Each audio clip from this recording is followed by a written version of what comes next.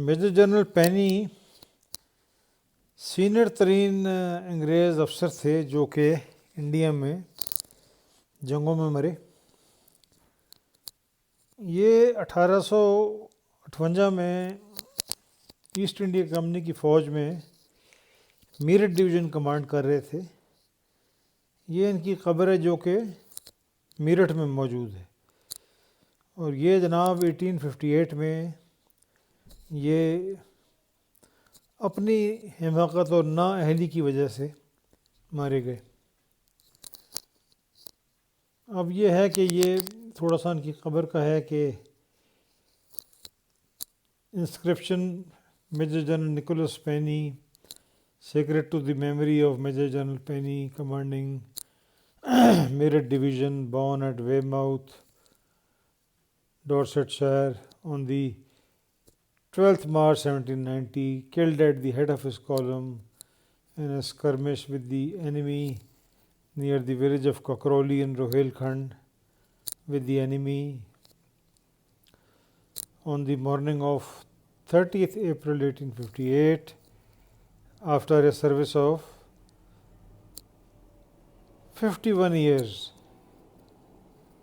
His precious remains were brought into Meerut through the kind exertions of Captain E. J. Simpson, Assistant Commissary General.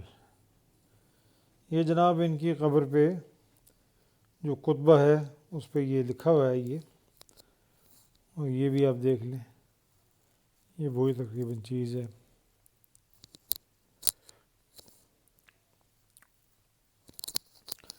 تھوڑا سا نقشہ کے ذریعے بیان کر دوں۔ یہ جناب دریا گنگا ہے جو کہ روہیل کھنڈ اور جو یو پی کا دوآب ہے گنگا جمنا کا اس کو تقسیم کرتا ہے۔ یہ جناب جنرل پینی کی فورس تھی جس کو ایک جگہ نردولی کے مقام پر اس کو جمع کیا گیا۔ انہوں نے روہیل کھنڈ پر وسط جنوب کی طرف سے حملہ کرنا تھا۔ ایک اور انگریز فوج نے اوپر سے آنا تھا بجنور کی سائڈ سے، جو کہ اس نقشے میں ایریا اتنا نہیں ہے۔ انگریزوں کی مین فوج جو تھی ان کے سپہ سالار کولن کیمپبل کے انڈر انہوں نے جناب فتح گڑھ سے آنا تھا،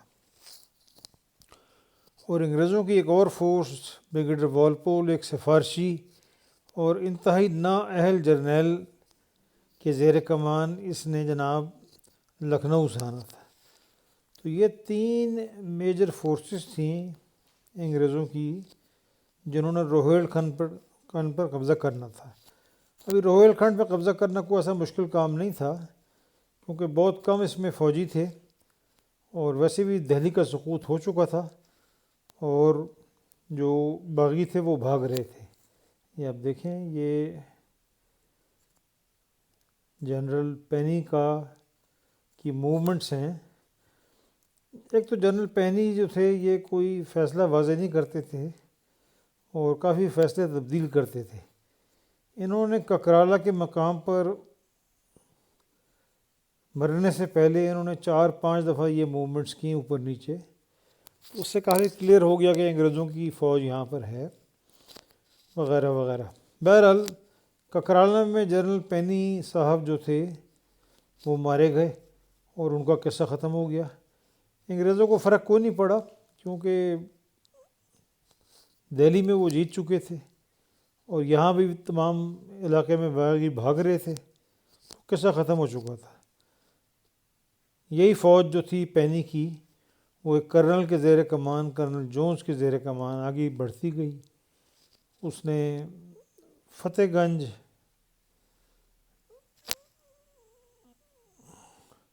شریف پر کولن کیمپبل سے اس کا اجتماع ہوا اور جا کر بریلی پہ قبضہ کیا۔ بریلی پہ قبضے میں بھی کوئی خاص لڑائی وغیرہ نہیں ہوئی، بس ایسے ہی گول مول سا کام تھا۔ وہ غازی ایک بڑے مشہور وہاں تھے، انہوں نے بڑے حملہ کیا ایک، لیکن انتہائی ناکام، اور فرنٹل اٹیک کیا اور انگریزوں نے اس کو ناکام بنا دیا۔ اب pennies death as described by G.W. Forest. ابھی فارسٹ بیان کرتے ہیں کس طریقے سے پینی کا انتقال ہوا. کہتے ہیں کہ ایڈوانس گارڈ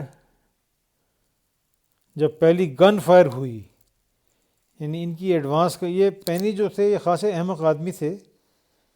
جنگ میں ایک ایڈوانس کا طریقہ کار ہوتا ہے، ایک آگے اسکاؤٹ ہوتے ہیں، وین گارڈ ہوتی ہے، اس کے بعد مین باڈی ہوتی ہے. جو کماندار جرنیل ہے وہ عام طور پر مین باڈی میں ہوتا ہے، سب سے آگے اسکاؤٹس ہوتے ہیں اور کیولری ہوتی ہے، اس کے بعد وین گارڈ اور مختلف چیزیں. اب یہ محترم جو پینی تھے یہ اس قدر نااہل اور احمق تھے کہ یہ سب سے آگے آگے گھوڑے پہ چل رہے تھے، اور ابھی تک سورج بھی نکلا نہیں تھا، مطلب بالکل اندھیرا تھا. فجر سے بھی پہلے یہ جناب گھوڑے پر آگے آگے جا رہے تھے، پیچھے ان کے باقی ان کے حضرات آ رہے تھے.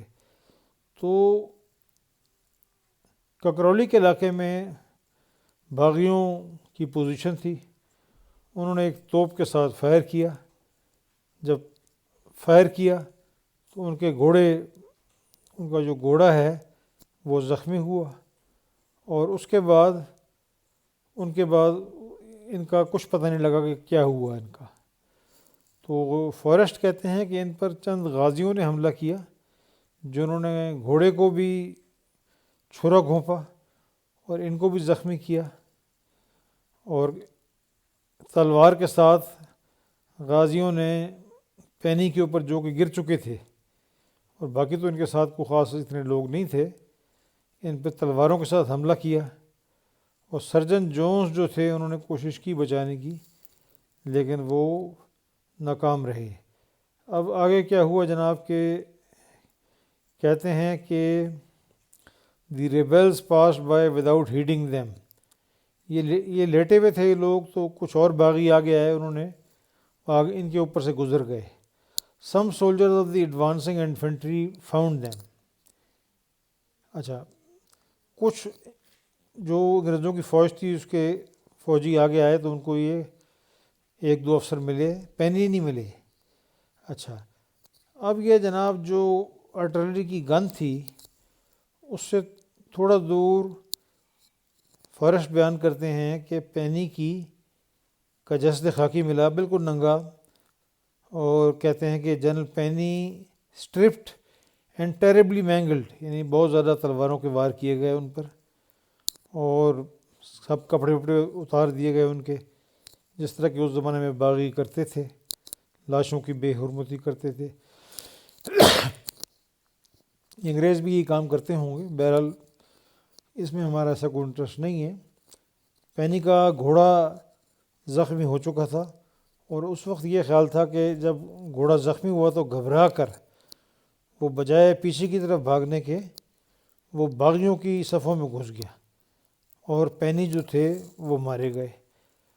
اب پینی کا یہ تھا کہ یہ لیفٹیننٹ انڈیا آئے تھے نیپال وار میں، نیپال کی جنگ میں 1814-16 میں حصہ لیا، مراٹھا جنگ 1816-17 میں حصہ لیا، بھرت پور کی مشہور جو محاصرہ تھا 1826 کا، اس میں جناب انہوں نے حصہ لیا، اور اس کے علاوہ کئی اور جنگوں میں حصہ لیا. سوبراؤں میں حصہ لیا، چیلیاں والا میں حصہ لیا جس میں ان کا کوئی رول نہیں تھا، ایک ایسے ریزرو بریگیڈ کمانڈ کر رہے تھے. تو کوئی زیادہ ایسی کوئی نمایاں کارروائی کوئی نہیں تھی پوری کیریئر میں. جس طرح ہمارے طرح زیادہ تر جرنیل بھی ہوتے ہیں، کوئی بڑا کام نہیں کیا ہوتا، اور بس وہ بیچ میں رہ کر رپورٹیں لے کر آگے چلے جاتے ہیں. تو یہ بھی محترم انہوں نے کبھی کوئی بڑا کارنامہ انجام نہیں دیا، اور رپورٹیں لیتے رہے اور اپنی پروموشن ہوتا رہا، میجر جنرل بن گئے. تو ویسے تو میجر جنرل تھے، لیکن کام کو بڑا نہیں کیا انہوں نے اپنے جنگی جو ان کا جو کیریئر تھا نا اس میں. اب تھوڑا سا بتا دوں آپ کو کہ یہ جو ککرالا کا علاقہ ہے، یہاں پٹھان کافی ہیں. یہ آپ دیکھیں نا ککرالا جو ہے، یہ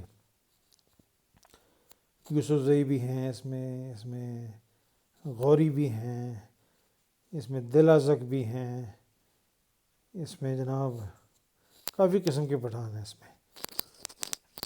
ابھی چند سال پہلے تفتیش میں جو ریسرچ کرتے ہیں گورے، تو معلوم ہوا کہ ایک حضرت وزیر خان بھی اس مارکے میں تھے، وہ غازیوں کو کمانڈ کر رہے تھے، اور وزیر خان کے بارے میں بتایا جاتا ہے کہ یہ اسسٹنٹ سرجن تھے، اور جب بغاوت ہوئی تو جس طرح کافی لوگوں نے کیا، یہ بھی شامل ہو گئے شوقیہ فنکار، اور انہوں نے باغیوں کی کمانڈ بھی کی۔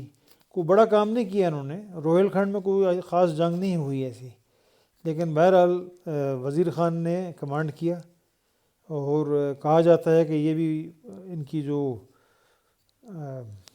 جو قوم تھی وہ پٹھان تھی، اور بعد میں یہ پکڑے بھی گئے، معافی نامہ وغیرہ بھی کہتے ہیں کہ مانگ سائن کیا وغیرہ وغیرہ، تو وہ تو بات کی کہانی ہے۔ لیکن پینی کے مرنے میں کوئی وزیر خان کا کمال نہیں تھا، یہ پینی کی اپنی حماقت تھی، سراسر حماقت تھی۔ کئی انگریز مورخوں نے تو کھل کے بھی لکھا ہے کہ یہ انگریزوں کی، یہ پینی کی حماقت تھی کہ بھائی تم کیوں ایڈوانس گارڈ سے بھی آگے، گھوڑے پہ سب سے آگے چل رہے ہو، کوئی تمہارے ساتھ کوئی ٹیکٹیکل لحاظ سے کوئی تم نے اپنے کوئی حفاظت کا بندوبست نہیں کیا۔ تو یہ جناب روہیل کھنڈ ہے، آپ یہ دیکھیں کہ اس میں ایک انگریزوں کی فوج آئی تھی جناب، یہ اوپر سے، یہ جو ہے نا، یہ میرٹھ ہے، میرٹھ سے بھی اوپر سے آئی تھی بجنور کے راستے، جہاں سر سید نے بھی بڑا انگریزوں کا ان کی مدد کی تھی، کیونکہ وہ جش تھے وہاں بجنور میں۔ اور یہ ایک فوج آئی تھی جناب، اس نے اوپر سے حملہ کیا تھا، اور یہ جو دوسری فوج تھی یہ نیچے سے آئی تھی۔ تو یہ دوبارہ نقشہ آپ کو دکھا دوں کہ یہ جناب پینی کا راستہ ہے، ککرالا میں ان کا مسئلہ ختم ہو گیا، یہ اپنے خالہ کی حقیقی سے جا ملے، اور ان کو میرٹھ میں بعد میں دفن کیا گیا۔ بریلی میں ایک جنگ ہوئی، لیکن ایسی کوئی خاص جنگ نہیں ہوئی، وہ مطلب یہ کہ انگریزوں کی میرے خیال سے کوئی 3-4 کیجولٹیز ہوئی ہیں ٹوٹل، 3-4 بندے مرے ہیں شاید بریلی میں، یا شاید 5-6 مرے ہوں، لیکن ایسی کوئی جنگ نہیں ہوئی خاص کوئی۔ بہرحال یہ اگر عسکری لحاظ سے دیکھا جائے تو پینی کی موت کی کوئی اہمیت نہیں تھی، کیونکہ روہیل کھنڈ پر انگریزوں نے قبضہ کیا، 1 منٹ کا بھی ڈیلے نہیں ہوا، ان کی فوج نے ایڈوانس کیا وغیرہ وغیرہ۔ وزیر خان کا بعد میں بہت چرچا ہوا، کیونکہ ظاہر ہے کہ انگریزوں نے جب ریسرچ کی تو پتہ لگا کہ ایک انگریزی بولنے والا آدمی وزیر خان بھی تھا جو غازیوں کی قیادت کر رہا تھا، لیکن ایسا کوئی وزیر خان نے کام نہیں کیا جس کو ہم کہیں کہ یار یہ بہت بڑا کوئی غازی ہے۔ بہرحال یہ جنرل پینی کی موت کا قصہ ہے جو یہاں بیان کیا گیا۔